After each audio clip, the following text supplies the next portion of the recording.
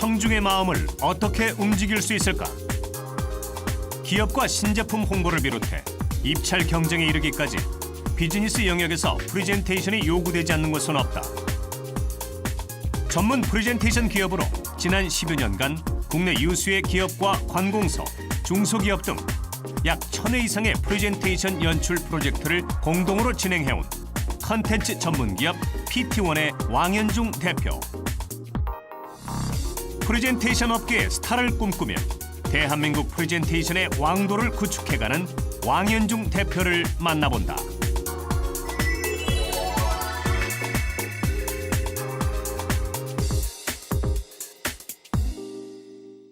안녕하세요. 이재만의 성공 스토리 만남 변호사 이재만입니다. 요즘 신입사원 면접 때 빠지지 않는 것이 프레젠테이션 능력이라고 합니다. 단순한 발표가 아니라 청중의 마음을 사로잡아야 성공적인 프레젠테이션이라고 할 수 있습니다. 국내 프레젠테이션 분야의 개척자로서 올해로 창립 10주년을 맞이하는 주식회사 PT원 그룹의 왕현중 대표를 함께 만나보시죠.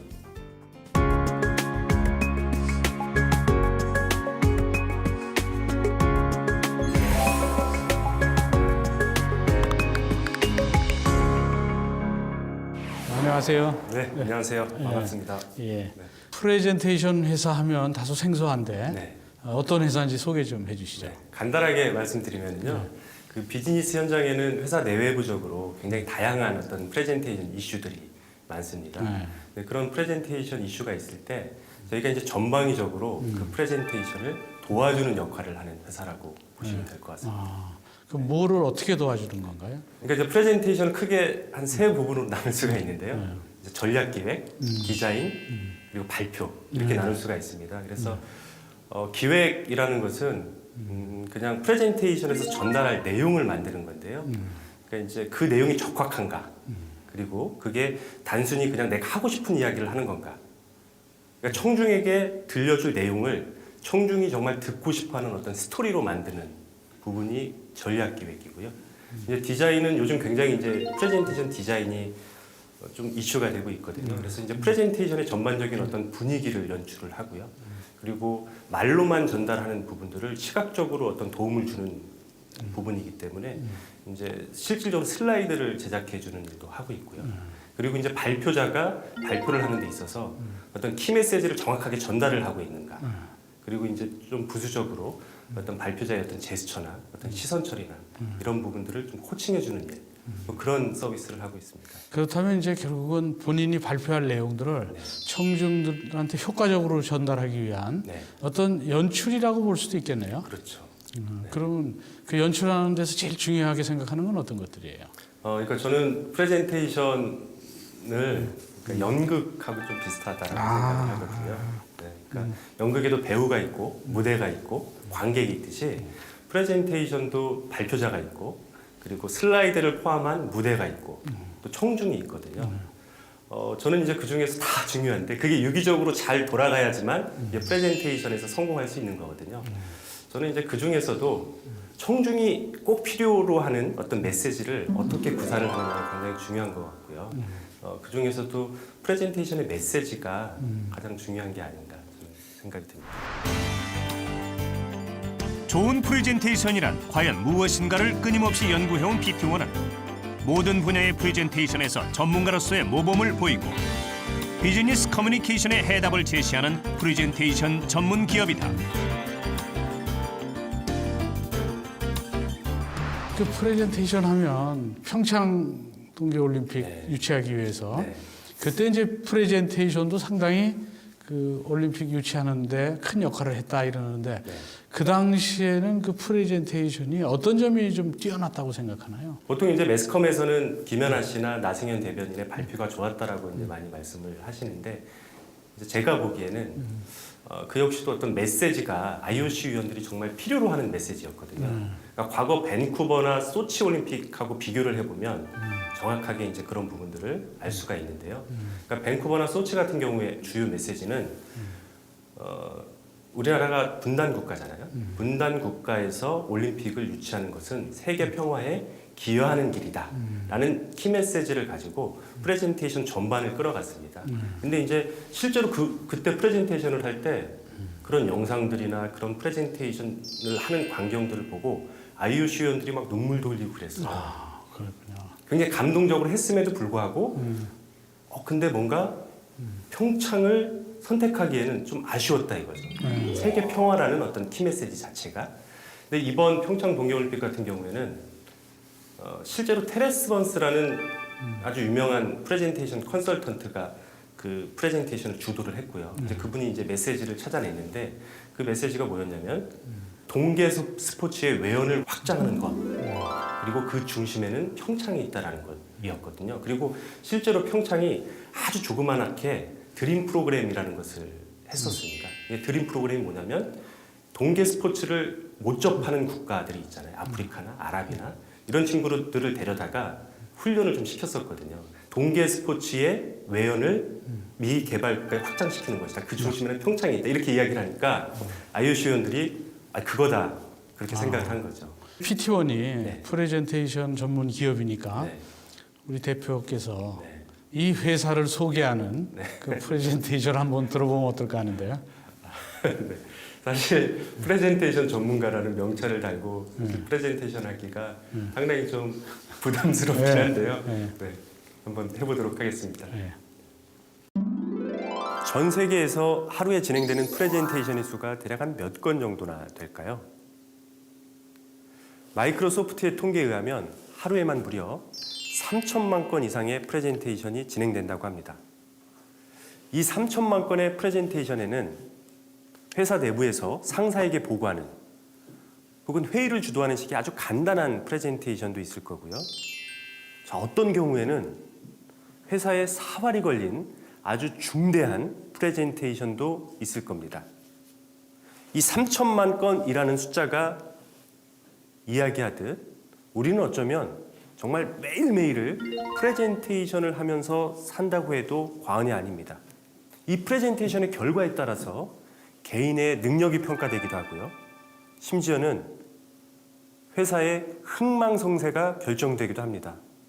그만큼 오늘날 이 프레젠테이션은 우리에게 아주 중요한 커뮤니케이션 수단이 되었습니다. 예, 잘 봤습니다. 역시 전문가시니까 좀 일반인하고 좀 다른 그런 면모가 보이네요. 네, 감사합니다. 그러면 이 프레젠테이션이 이렇게 중요한데 네. 이 우리나라의 시장 상황, 전망은 어떤가요? 저희가 한 10년 전에 시작을 했는데요. 그때만 해도 국내 프레젠테이션 회사 거의 없었던 것 같아요. 네, 근데 이제 아무래도 프레젠테이션이 굉장히 기업에서 일반적으로 행해지는 커뮤니케이션 수단이 되다 보니까 일단 수요가 굉장히 많아졌고요. 그에 따라서 회사도 한 100여 개 정도로 늘어난 것 같아요. 국내 네. 전문 회사가 네, 맞습니다. 그래서 과거에는 아마 한 10년 전에는 광고 대행사 같은 회사들이 있잖아요. 기업에서 이제 광고 대행사를 하고 같이 일을 하고 그런 데서 좀 비전문적으로 많이 이런 자료들을 이제 서포트해주고 만들어주고 했었는데 지금은 이제 전문 회사들이 한 100여 개 정도 있고요. 그리고 실제로 이제 우리나라보다 뭔가 프레젠테이션 문화나 커뮤니케이션 문화가 좀 더 발달한 미국이나 유럽 같은 데는 한 30년, 40년 정도 이렇게 전통이 있는 프레젠테이션 회사들도 있고요. 아주 유명한 컨설턴트들도 많이 포진되어 있는 걸로 알고 있습니다. 네. 프레젠테이션 시연을 하면서 네. 또 실제적으로 강연하면서 가장 중시하는 게 뭔지 가령 아까 전략기획도 중요하고 디자인도 중요하고 연출도 중요하고 또 프로젝터의 화술이라든지 태도 뭐 이런 게 다 중요하다고 그랬잖아요. 정말 중요한 거, 그 중에서 가장 중요한 핵심 뭔가요? 결국에는 뭐 프레젠테이션이라는 것은 그러니까 프레젠테이션의 목적은 청중을 설득해서 결국은 내가 원하는 방향으로 끌고 오는 것이 프레젠테이션의 목적이잖아요. 그렇죠. 그러면 이제 첫 번째로는 청중이 원하는 이야기를 분명히 해야 될 것이고 그것보다 또 더 중요한 것은 청중한테 하는 이야기가 정말 진심인가가 굉장히 중요한 것 같아요. 네. 그러니까 청중이 원하는 이야기 그리고 진정으로 청중한테 어떤 진심 어린 이야기를 하는 것이 중요한 것 같습니다. 네. 프레젠테이션 컨설팅 할 때 말하는 태도나 뭐 이렇게 화술이나 또 말의 톤이라든지 또 어디서 뭐 포즈, 휴지를 정지해야 될지 이런 것 전부 세세하게 이런 걸 컨설팅 해주나요? 저희 회사에도 이제 발표 전문가들이 아, 또 예. 따로 포진되어 있고요. 예. 저도 이제 간혹 이제 전체적인 방향에서 이제 어떤 메시지를 어디를 강조해라 뭐 이런 것들을 이제 컨설팅 해드리곤 하는데 저는 제가 보는 관점으로는 프로페셔널한 것도 중요하지만 저는 자연스러운 게 좋더라고요. 네, 그래서 아무리 좀 사투리를 쓰고 그렇더라도 그거를 의식적으로 사투리를 안 쓰려고 하는 것보다는 그냥 자기 있는 모습 그대로를 좀 이렇게 진정성 있게 보여주는 것이 더 중요하다라고 아, 생각을 그렇군요. 합니다. 네.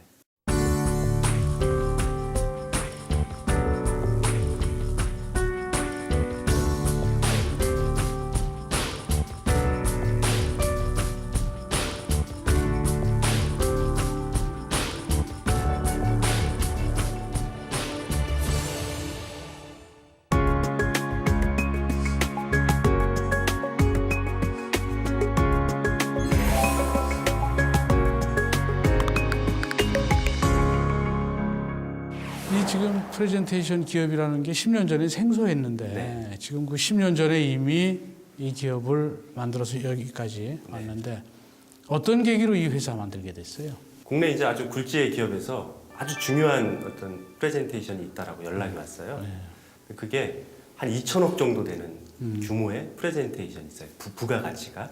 이제 그 프로젝트에 이제 참여를 하게 된 거죠. 그래서 제가 실질적으로 영상도 만들고 실제 슬라이드 디자인도 하고 뭐 그때는 이제 그 정도로 참여를 했었는데 이게 프레젠테이션 전문가라고 그 프로젝트에 참여를 했는데 실제 그때는 국내에는 프레젠테이션 전문가라는 영역이 없었거든요. 그래서 했는데 상당히 고생을 많이 했죠. 그리고 실제로 프로젝트를 하면서 굉장히 난감한 상황들도 많았었고요. 근데 다행히 그 프로젝트를 수주를 하게 됐어요. 네, 그러면서 그 기업에서 굉장히 어떤 한 1년 동안 많은 양의 어떤 비슷한 프로젝트들을 수행을 하게 됐고요.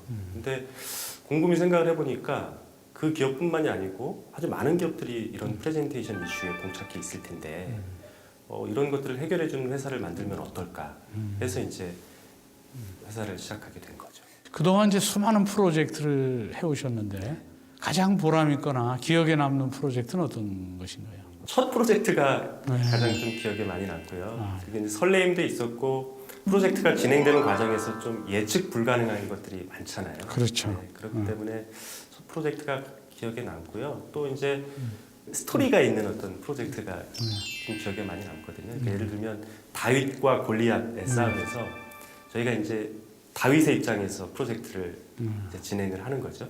근데 예상치 못하게 저희 고객이 프로젝트를 수주하고 할 때는 이제 그런 프로젝트들이 기억에 많이 남습니다. 아, 그렇군요. 그럼 강연도 하신다고 그러는데 강연은 주로 어떤 내용의 강연인가요?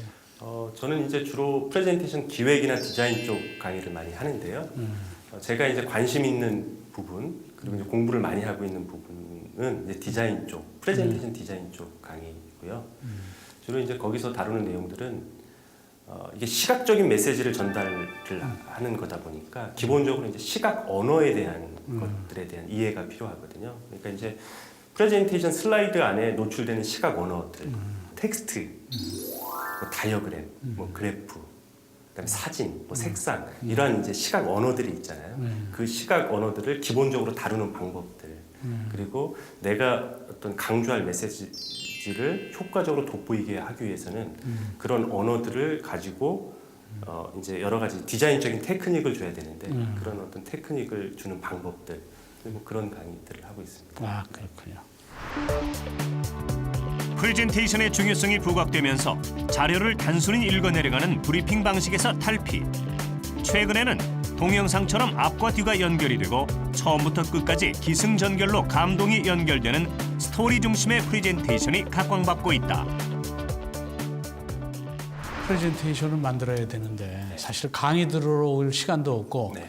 또 좀 능력이 좀 부족한 사람들을 위한 어떤 일반적인 어떤 매뉴얼 같은 게 있나요? 저희 회사의 이제 서비스 중에 저희가 이제 어떤 프레젠테이션 자료를 워낙 많은 사람들이 다양하게 많이 만들다 보니까 그 어떤 디자인 데이터베이스가 굉장히 많이 쌓였어요. 그래서 그 디자인 데이터베이스를 기반으로 해서 이제 온라인으로 그런 컨텐츠들을 판매하는 사이트를 펠로우라는 사이트를 만들었는데요.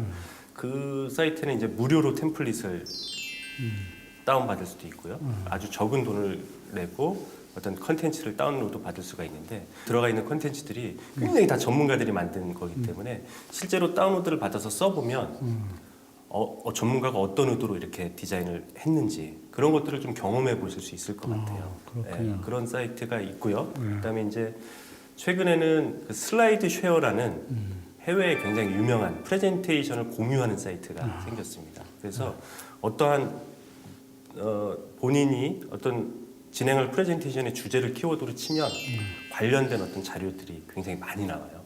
그런 데에서도 뭔가 내용들을 참고해 보시는 것도 굉장히 좋은 방법이 같습니다. 프레젠테이션에서는 이제 디자인이 상당히 중요하다고 하셨는데 요즘 프레젠테이션 디자인의 특징은 뭔가요? 근데 프레젠테이션도 어떻게 보면 하나의 미디어거든요. 그렇죠. 그러니까 이제 프레젠테이션도 요즘 미디어의 영향을 좀 많이 받는 것 같아요. 그러니까 이제 프레젠테이션을 보통 이제 파워포인트나 키노트로 많이 만들어서 발표를 하잖아요. 근데 이제 보통은 예전에는 데스크탑에서만 그런 것들을 저작했었는데 요즘은 뭐 태블릿이나 모바일에서도 프레젠테이션을 간단하게 저작할 수 있는 프로그램들이 굉장히 많이 나오고 있거든요. 아, 그래요? 네, 그러다 보니까 일단 디자인이 좀 가벼워야 되고요. 그다음 좀 플랫해야 되고 뭔가 심플해야 되는 부분들이 있어요. 그래서 어떤 그런 미디어의 영향을 받아서 프레젠테이션 디자인도 좀 심플해지고 플랫한 어떤 느낌으로 가는 것들이 있고요. 네.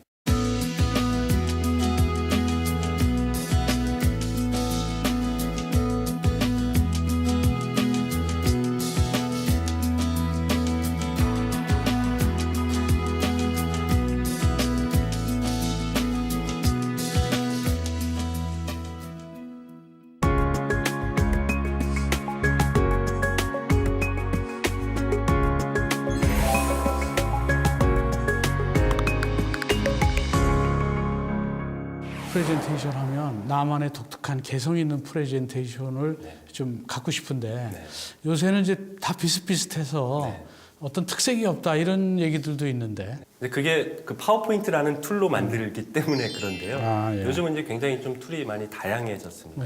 그리고 이제 특히 클라우드 기반으로 그러니까 어떤 본인의 컴퓨터에서 프로그램을 실행해서 그 프레젠테이션 자료를 만드는 것이 아니고 이제 가상의 클라우드 공간에 저장을 해서 공동 저작을 할 수 있는 툴들도 많이 생기고 있고요. 그리고 굉장히 임팩트 있는 프레젠테이션 프로그램들도 많이 생기고 있거든요. 그러니까 뭐 프레지라는 프로그램들도 있고요. 그런 프로그램들을 한번 이용을 해보시는 것도 좋을 것 같고요. 근데 파워포인트나 키노트를 많이 쓰는 이유는 어떤 기존 인프라 때문에 어쩔 수 없는 것 같아요. 그러니까 이제 프레젠테이션 하고 고객한테도 보내줘야 되고 여러 사람들하고 공유해서 또 그 자료를 보기도 하고 그래야 되는데 이게 기본적으로 파워포인트를 다 가지고 있는데 뭐 프레지나 이런 새로운 툴들은 다른 사람들이 보기가 좀 어렵잖아요. 아, 그래서 그런 부분들이 좀 있습니다. 일을 하면서 가장 어려웠던 점은 어떤 점인가요? 가장 힘든 점은요. 그러니까 보통 저희가 기업체에서 이제 의뢰를 받아서 프레젠테이션을 하고 아주 중요한 프레젠테이션들을 의뢰를 받기 때문에 보통 이제 발표하시는 분들이 회사의 어떤 CEO나 뭐 이런 분들이시거든요. 근데 이제 실제 프레젠테이션 준비 과정에서 그분들이 이제 프레젠테이션만 준비하고 있을 수가 없으니까 실제 발표자와는 다른 이제 실무자들하고 같이 준비를 하다가 실제 이제 프레젠테이션 전에 리허설을 할 때 뭔가 이제 많이 꼬이는 거죠. 네, 그렇기 때문에 뭐 하루 전이나 이틀 전에 막 그분의 어떤 발표 스타일이나 뭐 이제 그런 거에 따라서 다 프레젠테이션 자료를 바꿔야 되고 또 스토리의 흐름을 바꿔야 되고 그런 경우들이 종종 있습니다. 그럴 때 좀 많이 좀 어렵죠. 다양하고 복잡해진 비즈니스 환경에서 프레젠테이션의 중요성이 꾸준히 늘고 있지만 그 전략을 제시하고 함께 나아갈 것을 찾는 것은 여전히 어렵다. PT1은 메시지에 생명을 불어넣어 기업의 성공을 돕는 데 혼신의 힘을 다하고 있다. 프레젠테이션 업계에서 항시 새로운 도전을 계속 해오셨는데 앞으로는 어떤 계획 갖고 계세요? 저희 어떤 디자인 컨텐츠를 가지고 이제 국내에서 한 1년 반 전에 이제 프레젠테이션 컨텐츠 사이트를 오픈을 했고요. 이제 1년 반 정도 됐는데도 어느 정도 궤도에 지금 좀 올랐습니다. 그래서 굉장히 많은 기업이나 학생들이 그 사이트에서 프레젠테이션 컨텐츠를 다운로드 받아서 실제로 프레젠테이션에 활용을 하고 있고요. 저는 이제 그 컨텐츠를 가지고 이제 글로벌하게 다음 달에 이제 해외 진출을 하는 이슈를 가지고 있거든요. 프레젠테이션 컨텐츠도 디자인 컨텐츠거든요. 근데 국내에서 디자인 컨텐츠를 가지고 해외 진출한 사례가 국내에는 아직 없고요. 그리고 성공한 사례도 그렇기 때문에 없습니다. 그리고 어떤 디자인 컨텐츠 중에서 뭐 이미지 소스나 이미지 컨텐츠나 디자인 컨텐츠들이 해외에서는 굉장히 많이 수입이 되고요. 그리고 이런 디자인 컨텐츠를 통해서 사실 어떤 여러 가지 해외의 어떤 문화들이 같이 이렇게 묻어서 같이 수입이 되는 거거든요. 근데 이제 저는 어떻게 보면 이제 국내 최초로 저희 컨텐츠를 가지고 해외 진출을 하는 건데, 정말 그 한국의 어떤 프레젠테이션 디자인 컨텐츠가 정말 뛰어나다 이런 것들을 좀 보여주고 싶고요.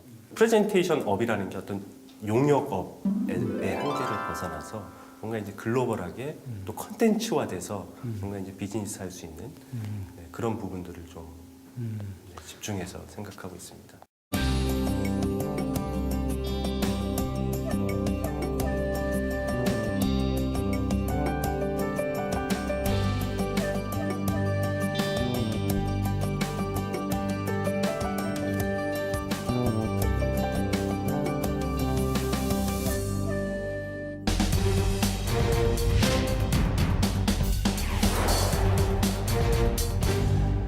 그동안 읽으셨던 책 중에서 네. 가장 감명 깊게 읽은 책이 있다면 소개 좀 해주시죠. 예. 제리 와이즈먼이라는 지금 연세가 한 80 가까이 되셨는데요. 미국에서 그 투자 유치 프레젠테이션만 컨설팅을 하는 굉장히 유명한 컨설턴트입니다. 그래서 굉장히 지금 미국의 그 굴지의 대기업들, 이렇게 상장된 대기업들을 실제 상장시키는 데 굉장히 중요한 역할을 했던 분이시거든요. 그분이 쓴 파워 프레젠테이션이라는 책이 있는데요. 굉장히 어떤 기본기, 그러니까 어떤 프레젠테이션의 테크닉적인 부분들보다는 본질적인 부분들에 대해서 굉장히 강조를 많이 하고 계시고요. 저는 이제 그 책을 보면서 굉장히 놀라웠던 부분이 저는 이제 여러 프레젠테이션을 하면서 이게 프레젠테이션의 이 스토리에도 여러 가지 이제 구조들이 있겠다. 이 구조를 좀 유형화해 보면 어떨까. 그런 생각들을 굉장히 많이 했고 실제 이제 프로젝트를 분석하면서 그런 논문이나 이런 것들도 많이 이제 썼거든요.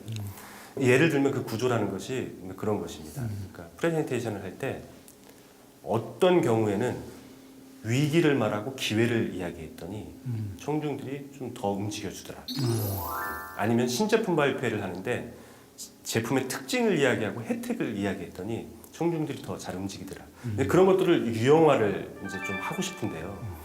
실제로 놀랍게도 이분이 그거를 간략하게 유형화를 해놨더라고요. 그럼 저는 이제 그것을 보면서 굉장히 좀 또 놀라웠고요. 역시 한 3, 40년 정도 업계에서 저렇게 한 분야에서 일을 저렇게 하시면 저런 부분들도 할 수 있겠구나라는 부분을 느꼈습니다. 네.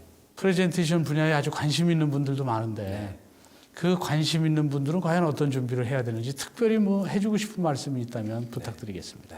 자, 일단 기본적으로 이 분야에서 일하기를 원하시는 분들은요, 기본적으로 체력이 굉장히 좋아야 됩니다. 이게 그 프레젠테이션을 준비하는 과정이 굉장히 고단하고 힘든 작업이기 때문에 그렇고요. 그다음에 기본적으로 이제 프레젠테이션 자료를 작성하고 발표를 하는 어떤 스킬들은 충분히 이제 관심을 가지고 열정을 쏟으면 이제 분명히 좋아질 것이다라고 생각을 하고요.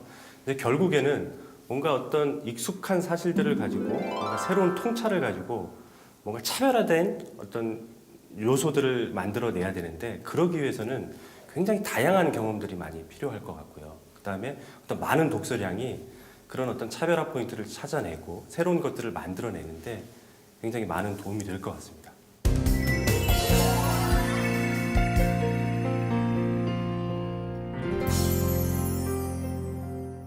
오늘 성공 스토리 만남은 프레젠테이션 전문기업 PT원의 왕연중 대표와 함께했습니다. 저는 다음 주 이 시간 또 다른 멘토와 함께 다시 찾아뵙도록 하겠습니다.